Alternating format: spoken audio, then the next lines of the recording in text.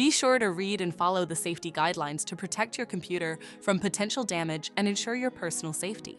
For more information about safety guidelines, see the owner's manual at dell.com/support. Before you begin, turn off the computer and disconnect all the attached peripherals. Before proceeding, ensure your computer is in service mode.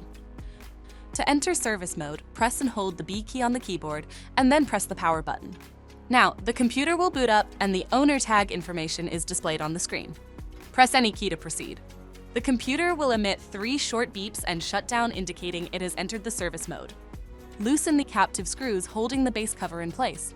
Using a plastic scribe, pry the base cover from the palm rest assembly, starting at the top edge and working your way around to release it from all sides.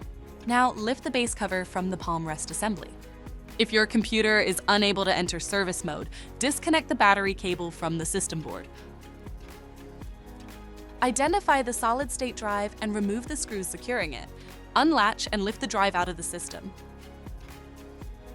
To reinstall the solid-state drive 2280, relatch it to the system and install the screws to secure it.